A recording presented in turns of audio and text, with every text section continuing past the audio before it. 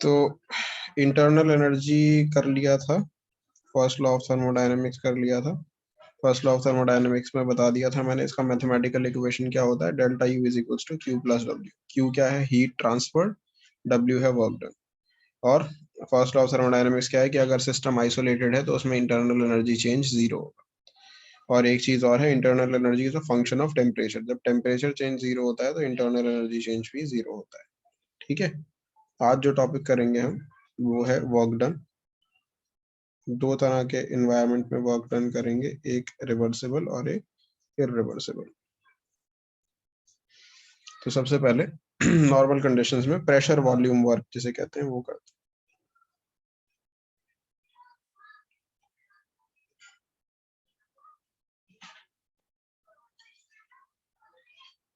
Pressure घटाने से जो वॉल्यूम डिक्रीज होता है उसमें कितना वर्क डन होता है वो समझने की कोशिश करेंगे। ठीक है, तो अज्यूम करो एक सिलेंडर है,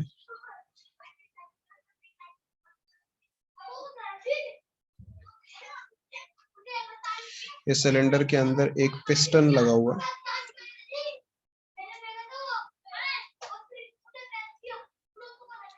ये एक पिस्टन लगा दिया हमने इस सिलेंडर में।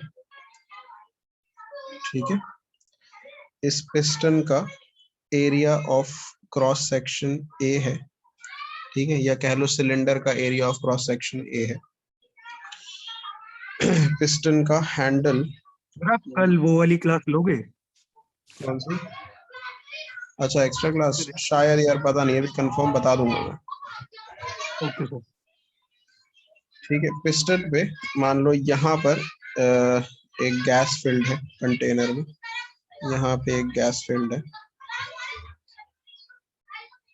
इस साइड पे, and you press on this gas from this side, you apply pressure from this side, जिसको आप एक्सटर्नल प्रेशर बोलोगे। बाहर से ये आप दूसरी साइड से कंटेनर क्लोज्ड है। हाँ, दूसरी साइड से क्लोज्ड है। ठीक है, इस साइड से कंटेनर क्लोज्ड है। ठीक है भाई, इस साइड से आप इस पे प्रेशर लगाते हो जिसको आप PEX यानी एक्सटर्नल प्रेशर बोल रहे हो। इस प्रेशर के लगाने की वजह से मान लो पिस्टन यहां से मूव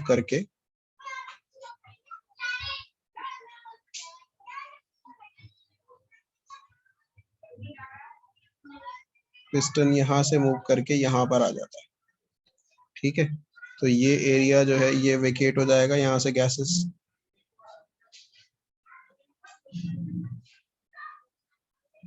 ठीक है, पिस्टन यहाँ से, ये पिस्टन की इनिशियल पोजीशन थी, ये फाइनल पोजीशन हो गई। यहाँ से यहाँ पिस्टन जो मूव करा है, इस लेंथ को मैं मान लेता हूं L। ठीक है, बात समझ में आई?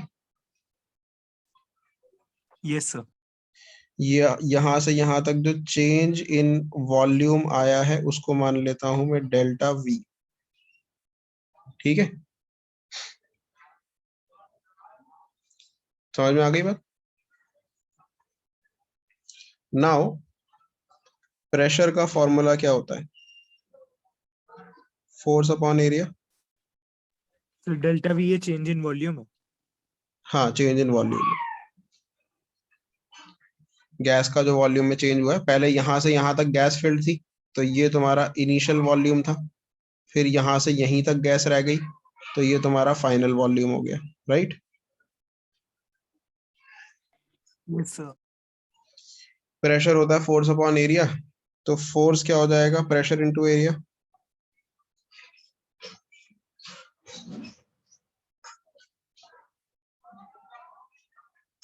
ठीक है, now what is work done?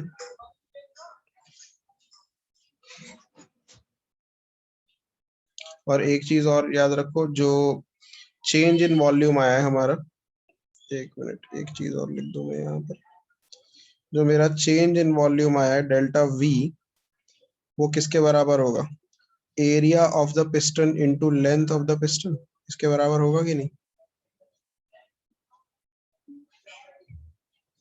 हाँ जी, सर चेंज थोड़े ना उसके बराबर होगा।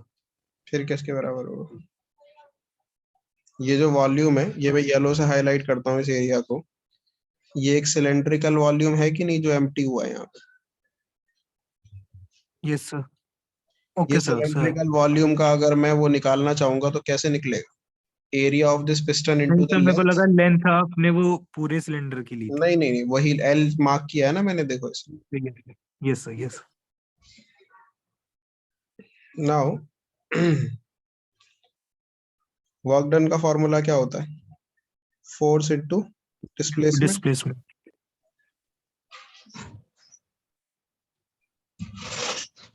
फोर्स किसके बराबर है?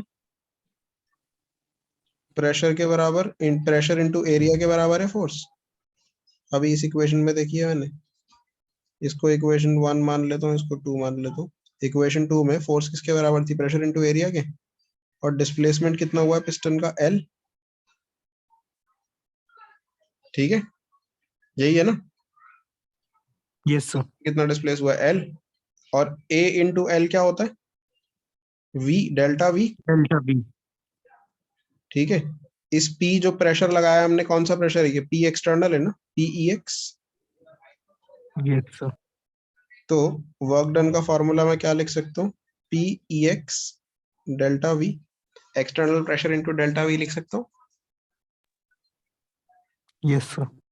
इसमें एक नेगेटिव साइन लगाया जाता है फॉर्मूले में, मैं बताता हूँ क्यों। क्योंकि हमने दो तरह का वर्क डन होता है डेल्टा हमारा। वी हमेशा नेगेटिव होता है सर। नहीं नहीं, हमेशा नेगेटिव नहीं होता। वर्क डन जो है वो दो तरह का है, work done on the system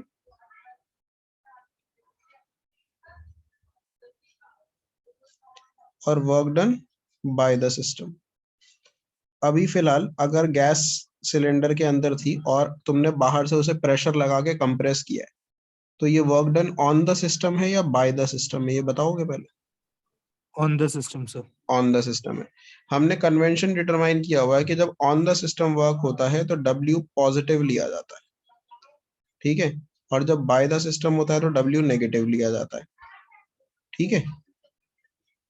अब इस कन्वेंशन को फॉलो करने के लिए हमने ये साइन लगाया है। फॉर एग्जांपल इस सिचुएशन में अगर तुम निकालने की कोशिश करो, अगर मान लो तुम नेगेटिव ना लगाते, तुम पी एक्सटर्नल की कुछ वैल्यू रखते, और वी डेल्टा वी क्या होता? V final minus V initial. इस सिचुएशन में वी फाइनल बड़ा है या वी इनिशियल बड़ा है?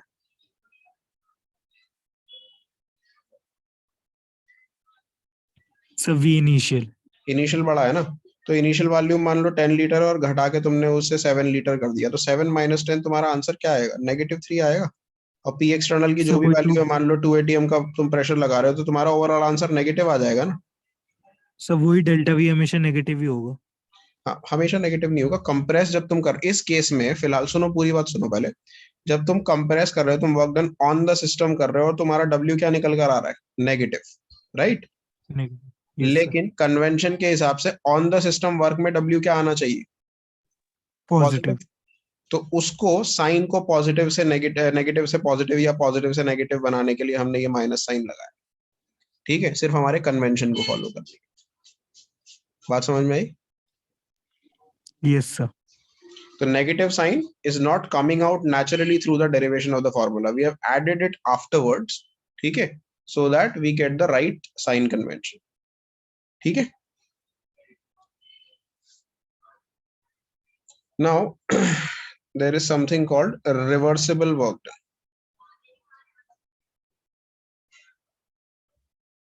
Work done in a reversible process.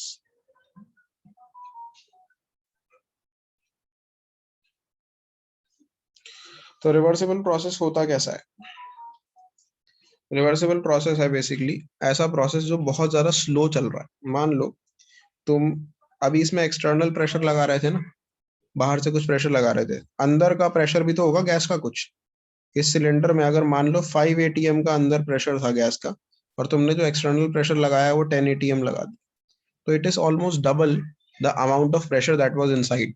तो बहुत इजीली गैस कंप्रेस हो जाएगी, और कंप्रेस होती चली जाएगी बहुत इजीली, है ना, काफी टाइम तक, जब तक अंदर का प्रेशर बढ़ते बढ़ते 10 एटीएम के बराबर नहीं हो जाता।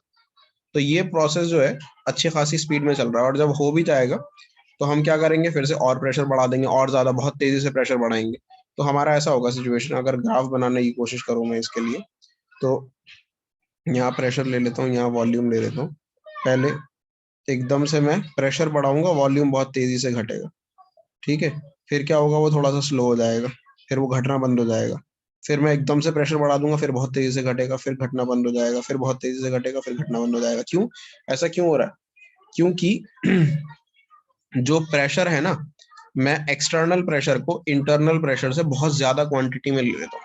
अंदर का प्रेशर 5 atm है, मैं बाहर क्या ले लेता हूँ, 10 atm ले लेता हूँ। फिर मैं कंप्रेस करना शुरू करता हूँ। एक पॉइंट आता है जब अंदर की गैस कंप्रेस होते होते होते अंदर का प्रेशर बढ़ता जाता है, वो भी 10 atm पहुंच जाती है। जब वो 10 atm पहुंच जाती है तो क्या होता है, ये ग्राफ ऊपर की तरफ जाना शुरू कर देता है, अपवर्ड, क्योंकि अब गैस कंप्रेस नहीं हो पा रही, ठीक है। आ रही बात समझ में? दोबारा से बनाता हूँ। जैसे मान लो जब 5 atm था, तुमने 10 atm ले लिया, तो बहुत तेजी से प्रेशर वो वॉल्यूम घटेगा। थोड़ा सा तुमने प्रेशर लगाया और वॉल्यूम बहुत तेजी से घट रहा है, ठीक है। फिर क्या हो गया, अंदर का प्रेशर भी 10 atm पहुंच गया, तो ये स्लो हो गई स्पीड। अब प्रेशर मैं बढ़ाता जा रहा हूँ लेकिन वॉल्यूम नहीं घट रहा, क्योंकि बराबर हो गया अंदर और बाहर का प्रेशर। फिर मैंने क्या करा, बढ़ा के एकदम से 15 atm कर दिया। ऐसे 15 करा तो फिर से बहुत ज्यादा प्रेशर हो गया, फिर से तेजी से घटना शुरू हो गया वॉल्यूम। फिर जब वो अंदर का भी 15 पहुंच गया तो फिर से घटना कम हो गया। फिर तुमने क्या करा, फिर उसे बढ़ा के तुमने 20 atm कर दिया, तो फिर तेजी से घटने लगा। तो तुम क्या कर रहे हो, इंटरनल और एक्सटर्नल प्रेशर के अंदर अच्छा खासा डिफरेंस क्रिएट कर रहे हो every time you reach a state where the gas stops to compress, ठीक है। ये जो कर्व मैंने बनाया, इसके नीचे जो एरिया आया है ना, ये पूरा area, the area under this curve is actually representing the amount of work done due to this compression. ये जो पूरा शेडेड एरिया है, area under this curve, this entire shaded area represents what, it represents the amount of work done, W represent करता है, ठीक है। ये तो हो गया इररिवर्सिबल प्रोसेस। बात समझ में आई? सर इरिवर्सिबल क्यों हुआ? क्योंकि वापस इतना से- हाई एक्सटर्नल प्रेशर लगा रहा हूं मैं कि किसी भी पॉइंट पे ये गैस वापस से एक्सपैंड होना शुरू नहीं हुई, ठीक है। रिवर्सेबल बताता हूं, फिर समझ में आएगा। अब ओके। अगर मैंने ये बात कही तुमसे कि अंदर 5 atm प्रेशर था और बाहर मैं क्या करता हूं, मैं 5.1 atm प्रेशर लगाता हूं, ठीक है। तो एक तो गैस कंप्रेस तो होगी लेकिन बहुत ज्यादा स्लोली होगी। बात समझ रहे हो? बहुत ज्यादा स्लोली होगी और बहुत जल्दी 5.1 अंदर का भी प्रेशर हो जाएगा। और जैसे ही अगर अंदर का प्रेशर गलती से जरा सा ज्यादा हो गया तो ये रिवर्स डायरेक्शन में आने लगेगा, गैस एक्सपैंड होने लगेगी, ठीक है। मतलब थोड़ी सी एक्सपैंड होगी, एक्सपैंड होने लगेगी का मतलब नहीं है इतनी एक्सपैंड होने लगेगी कि अंदर का प्रेशर बहुत बढ़ जाएगा और बाहर का कम हो जाएगा। थोड़ी सी एक्सपैंड होने लगेगी, यानी प्रोसेस जो है वो फॉरवर्ड जाते जाते रिवर्स में आने लगेगा। फिर मैं क्या करूंगा, बढ़ा के 5.2 atm कर दूंगा तो थोड़ी सी और कंप्रेस होगी, लेकिन किसी भी पॉइंट अच्छा पे। सर, जो बीच में थोड़ा थोड़ा वो रिवर्सिबल हो रहा है, वो रिवर्सिबल प्रोसेस। यस, ऐसा प्रोसेस जो किसी भी पॉइंट पे थोड़ा सा भी उल्टा, मतलब ऑपोजिट डायरेक्शन में चेंज आने से रिवर्स हो सकता है, ठीक है, उसको रिवर्सिबल प्रोसेस कहते हैं। तो इसके लिए अगर कर्व बनाऊंगा ना, तो कुछ इस तरह का कर्व आए, ठीक है। इसके लिए अगर कर्व बनाऊंगा तो कुछ इस तरह का कर्व आएगा, और इसके नीचे का एरिया अगर मैं शेड करूंगा तो वो मुझे देगा क्या, work done under reversible conditions. समझ में आई बात? सर पर इसका ऐसा स्लोप सा क्यों आया? क्योंकि इसके अंदर बहुत कॉन्टिन्यूअस चेंज आता है, मैं धीरे धीरे करके बढ़ा रहा हूँ ना प्रेशर। Yes sir. 0.1 करके बढ़ा रहा हूँ। और अगर मैं झटके झटके से बढ़ा रहा था बहुत तेजी से, तो एकदम से बहुत तेजी से घटता था वॉल्यूम और फिर घटना बंद हो जाता था। फिर बहुत तेजी से घटता था, फिर घटना बंद हो जाता था। मैं क्यों? क्योंकि मैं ज्यादा ज्यादा अमाउंट में प्रेशर बढ़ा रहा था। अभी मैं क्या करा रहा हूँ, ग्रेजुअली बढ़ा रहा हूँ, 0.1 का इंक्रीज। तो घटेगा लेकिन धीरे धीरे धीरे स्लोली। घटेगा वॉल्यूम, ठीक है, स्टेडीली ओके। घटेगा। तो ये रिवर्सिबल वर्क डन में REV लिख देते हैं हम नीचे छोटा सा, ठीक है। तो यहाँ पे इंटरनल प्रेशर और एक्सटर्नल प्रेशर में बहुत ज्यादा डिफरेंस नहीं होता है, ये फर्क है, ठीक है।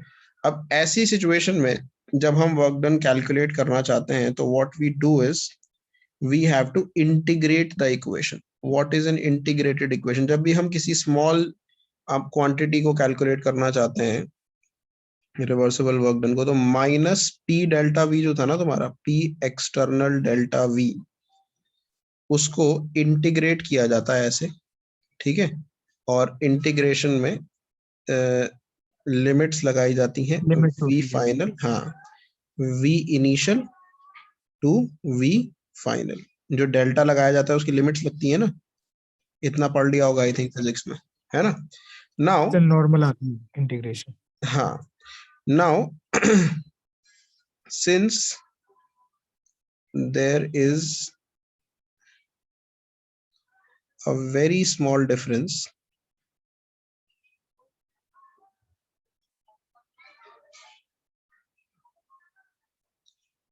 between internal and external pressure,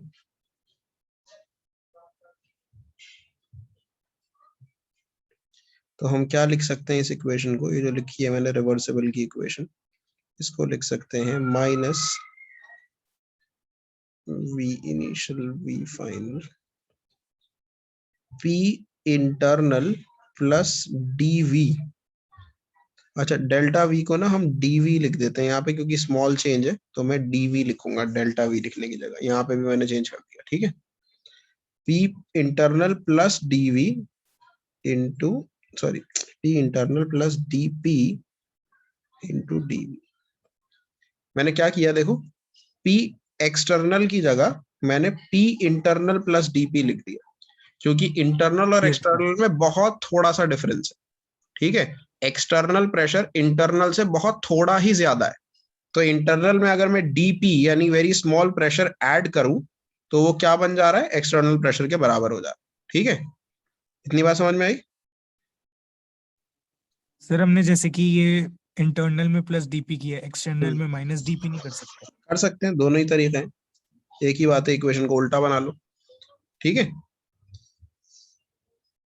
we initial V final, तो अब क्या करेंगे, इसको अगर डीवी को मैं अंदर मल्टीप्लाई करूं तो ये क्या बन जाएगा, P internal DV plus DP into DV. अब डीपी इंटू डीवी जो है वो बहुत छोटी क्वांटिटी होगी, वाई, बिकॉज दोनों स्मॉल क्वांटिटीज हैं, और दो स्मॉल क्वांटिटीज को अगर तुम आपस में मल्टीप्लाई कर दोगे तो you will get an even smaller quantity. तो this very small quantity when added to something will not change it, so it can be neglected. तो minus p internal dp बना dv बनाकर छोड़ सकते हैं बस इसे हम, nearly equal to this, right? Yes sir. Now since we know that there is no difference in internal and external pressure, p internal can be taken as p only, क्योंकि जब इंटरनल एक्सटर्नल में ज्यादा difference है ही नहीं, ठीक है, तो उसको p ही लिख दो बस, कि एक्सटर्नल हो या इंटरनल हो कोई फर्क नहीं पड़ता, एक ही बात है, ठीक है। एंड आइडियल गैस इक्वेशन में pv is equals to nRT होता है, और p इज इक्वल्स टू क्या हो जाएगा, nRT अपॉन v, ठीक है। तो ये इक्वेशन क्या बन जाएगी आपकी, ये ना एक्चुअली मुझको थोड़ा सा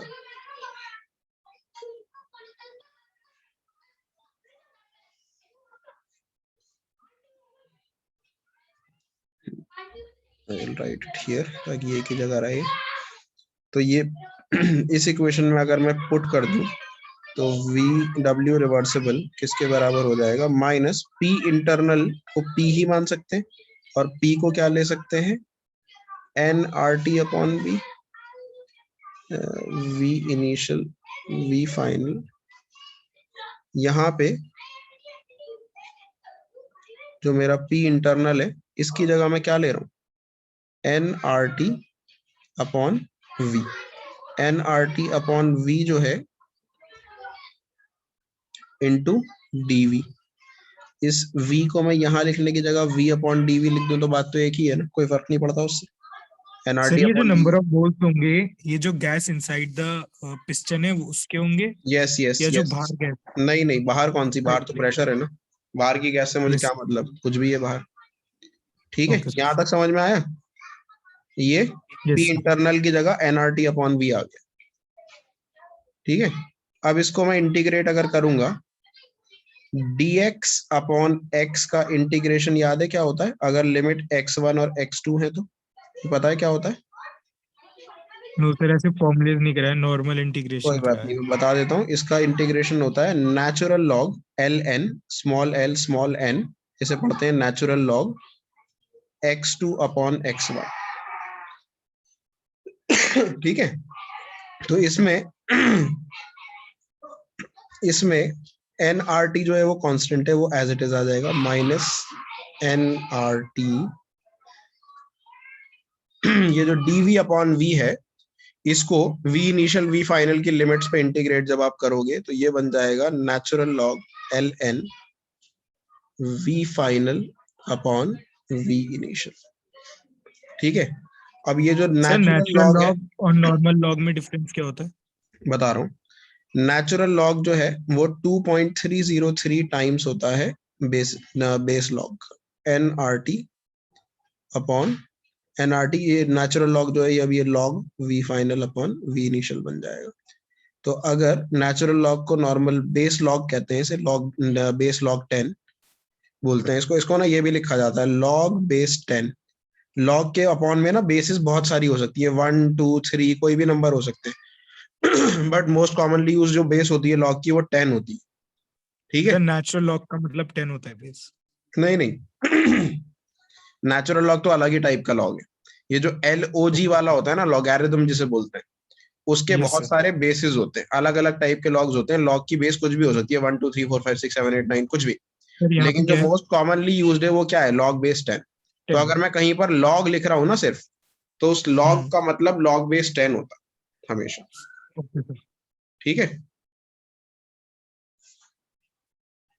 फिलहाल वो बात छोड़ो, वो मैथमेटिक्स की चीज है। डब्ल्यू रिवर्सिबल, एक मिनट दो यार, ये थोड़ा बार बार पॉपअप खुल रहा है वॉल्यूम वाला।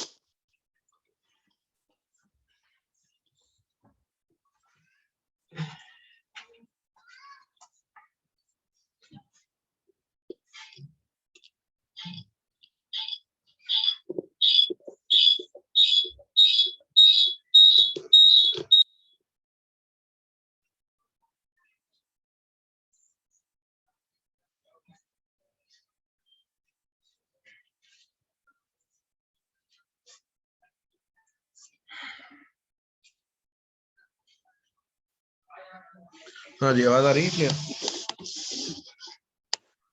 Yes sir. तो रिवर्सिबल वर्क डन का जो फाइनली फॉर्मूला बनकर आता है वो ये है, -2.303 N R T log V final upon V initial. ठीक है,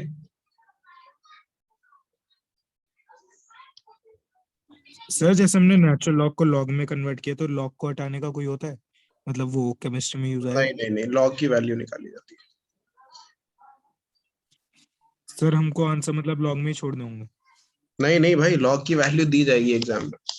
मतलब जो भी लॉग में तुम्हारा आएगा उसकी वैल्यू दी जाएगी, फिर उसको आपको सॉल्व करना होगा, या फिर लॉग टेबल एंट्रेंस में भी दी यूज जाती है करना। सर? लॉग टेबल यूज करना भी सिखाऊंगा मैं, नेक्स्ट चैप्टर में सिखाऊंगा। ठीक है, ओके सर। तो रिवर्सिबल और इरिवर्सिबल वर्क डन दोनों समझ में आ गए? Yes sir. ठीक, यस सर। अब देखो।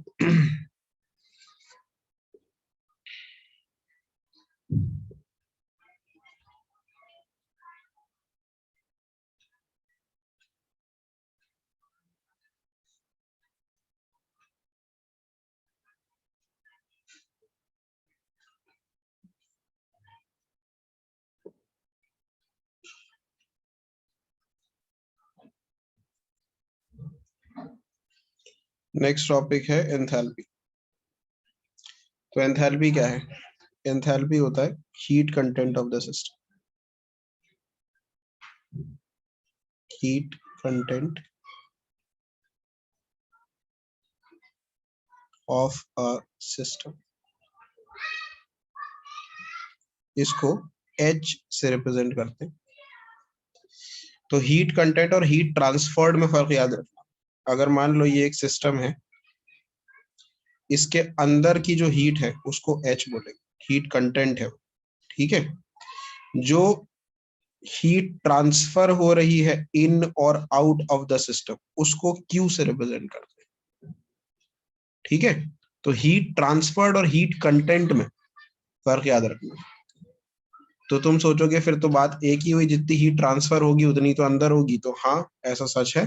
जब कांस्टेंट प्रेशर कंडीशंस होती हैं तो इंटरनल एंथैल्पी चेंज जो है वो Q के बराबर होता है। ये हम प्रूफ करेंगे, ठीक है। जितनी हीट ट्रांसफर होगी उतनी ही इंटरनल हीट चेंज हो जाएगी ना। अगर मैंने बाहर से 10 जूल हीट अंदर डाल दी तो अंदर की जो हीट में एंथैल्पी में जो चेंज आएगा वो कितना आएगा, 10 जूल का आ जाएगा। सिमिलरली सिस्टम ने अगर 10 जूल हीट बाहर रिलीज कर दी तो इंटरनल एंथैल्पी में जो डेल्टा एच है वो कितना चेंज हो जाएगा, 10 जूल चेंज हो जाएगा वो, ठीक है। एक बार ये दोबारा समझा। किसी भी सिस्टम, ये बात समझ में आई, किसी भी सिस्टम के अंदर की हीट को डेल्टा एच बोलते हैं और कितनी हीट उसको लूज या गेन हो रही है उसको क्यू बोलते हैं, हीट ट्रांसफर्ड, ठीक है। ये समझ में आ गया। Okay sir. अब तुम आगे की कहानी सुनो, पूरा आ जाएगा समझ में आएगा। इसको कैलकुलेट करने का तरीका है H is equal to U plus PV, ठीक है। Now that you know that U cannot be calculated, you can only calculate the change in U, delta U. So similarly, H cannot be calculated either, ठीक है। अच्छा, it is also a state function.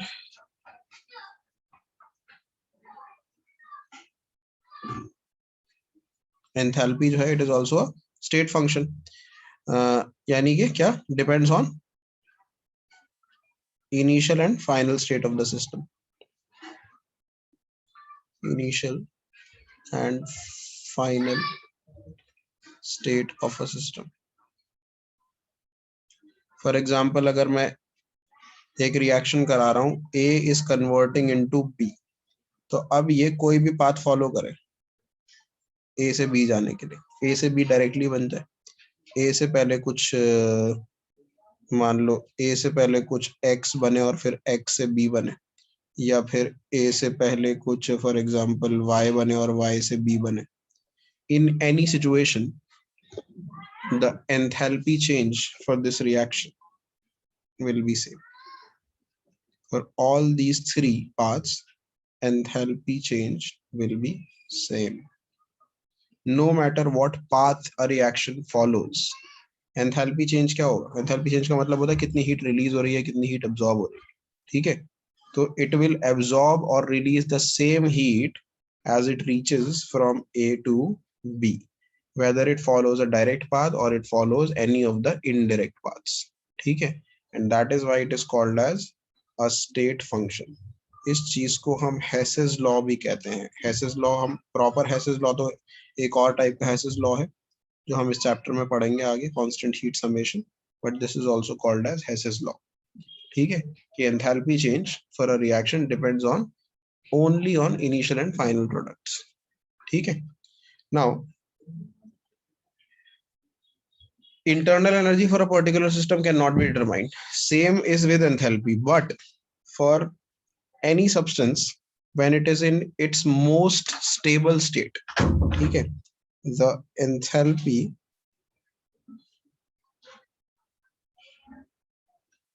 of any substance in its most stable state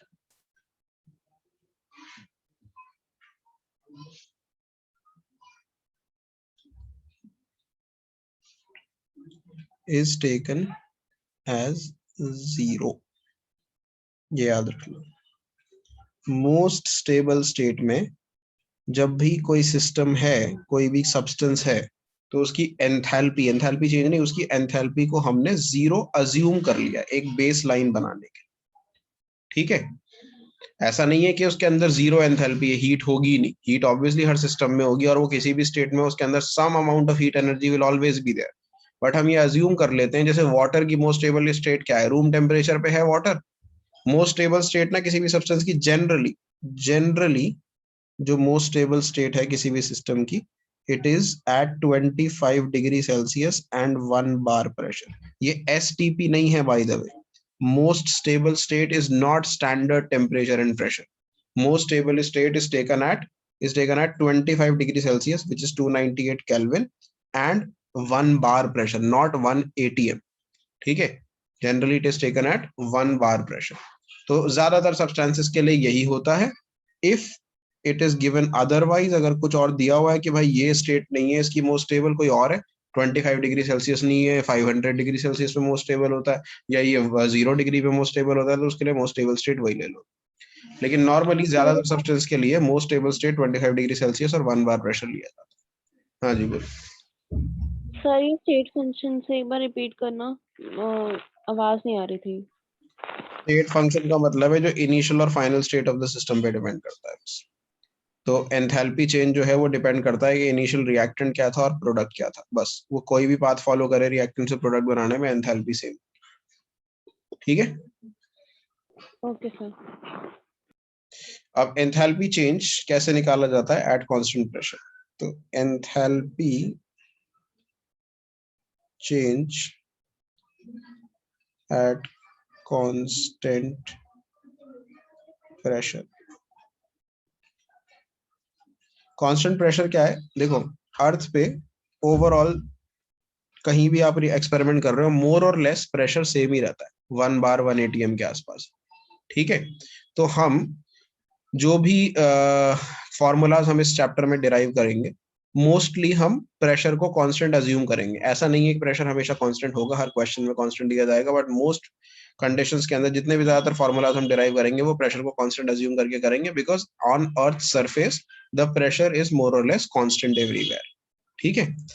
तो enthalpy का formula क्या था? H is equals to U plus PV ना. तो अगर इस पूरे में मैं डेल्टा लगा दूं, delta H is equals to delta U plus delta PV. अब क्योंकि प्रेशर कांस्टेंट है तो प्रेशर पे, सॉरी, डेल्टा PV को ब्रैकेट में लिखना पड़ेगा क्योंकि दोनों पे डेल्टा है. तो क्योंकि प्रेशर कांस्टेंट है तो प्रेशर पे डेल्टा लगाने का कोई मतलब है नहीं. तो फॉर्मूला क्या बन जाता है? Delta H is equals to delta U plus P delta V. This is the formula for enthalpy change at constant pressure. ठीक है, बात समझ में आई? Yes sir. इसके बाद इसमें आता है एक enthalpy change for a gaseous reaction.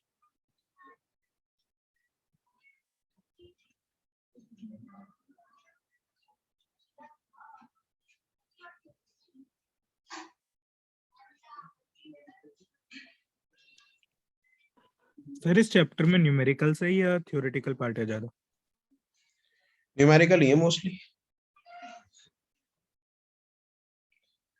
Enthalpy change for a gaseous reaction. तो गैसियस रिएक्शन है, मान लो A gas is being converted into B gas. ठीक है. और ये भी at constant temperature and pressure किया जा रहा है. ठीक है. तो आइडियल गैस इक्वेशंस क्या बनेंगी इनके? ए के लिए क्या बनेगी? PVA is equals to NaRT. P पे और T पे A क्यों नहीं लगाया? क्योंकि क्या है, वो कांस्टेंट है. A और B का सेम है. वॉल्यूम A का मान लो VA है, जो रिएक्टेंट है उसका वॉल्यूम VA है, और उसका जो नंबर ऑफ मोल्स है वो Na है. सिमिलरली B के लिए क्या बनेगी? PVB is equals to NbRT. इसे इक्वेशन 1 इक्वेशन 2 बना दे और फिर सब्ट्रैक्ट कर दे. Equation 2 subtracted from equation 1. तो what will we get? PVB minus PVA is equals to NbRT minus NaRT. इधर आ जाएगा PVB minus VA, इधर आ जाएगा NB minus Na into RT. इसको P डेल्टा V लिख सकते हैं, इसको डेल्टा NRT लिख सकते हैं. डेल्टा N के नीचे छोटा सा G लगा देंगे. क्यों? क्योंकि मैं गैसियस मोल्स चाहता हूँ. यहाँ पे जो रिएक्शन है वो गैस के लिए पॉसिबल बनाना चाह रहा हूँ. ठीक है, गैसियस रिएक्शन के लिए गैसियस रिएक्टेंट चाहिए और गैसियस ही प्रोडक्ट चाहिए. ठीक. अब इसे सब्स्टिट्यूट करें इस इक्वेशन में. substituting this into enthalpy फिर ऐसे change number of equation। Moles minus थोड़े ना हो सकते हैं? क्यों नहीं हो सकते? सर दोनों गैस तो पर डिफरेंट है ना। अरे तो ऐसे नंबर ऑफ मोल्स माइनस थोड़ी कर रहा हूँ मैं, प्रोडक्ट माइनस रिएक्टेंट कर रहा हूँ, बस मैंने नंबर ऑफ मोल्स थोड़ी माइनस कर दी है उसका मतलब। Okay sir. तो जो मेरी इक्वेशन थी delta H is equals to delta U plus P delta V बनाई थी ना मैंने कांस्टेंट प्रेशर पे, पी डेल्टा वी की जगह delta N G R T रख सकता हूँ मैं।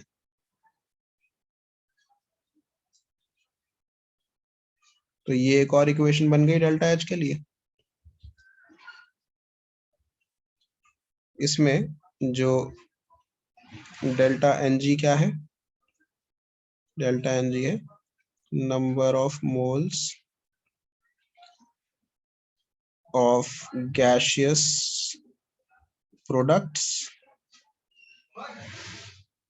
minus number of moles of gaseous reactants। Sir इसमें हमेशा प्रोडक्ट माइनस रिएक्टेंट क्यों करते हैं? और क्या करोगे? अगर सर रिएक्टेंट माइनस प्रोडक्ट करेंगे तो फिर माइनस में आएगा। हाँ आंसर उल्टा आएगा और क्या। ठीक है, अब इस पे कुछ क्वेश्चंस कराता हूँ एक बार, उससे पहले लेकिन क्लास रिजॉइन कर लो, लेस देन 1 मिनट बचा डिस्कनेक्ट हो जाएगी। ठीक है।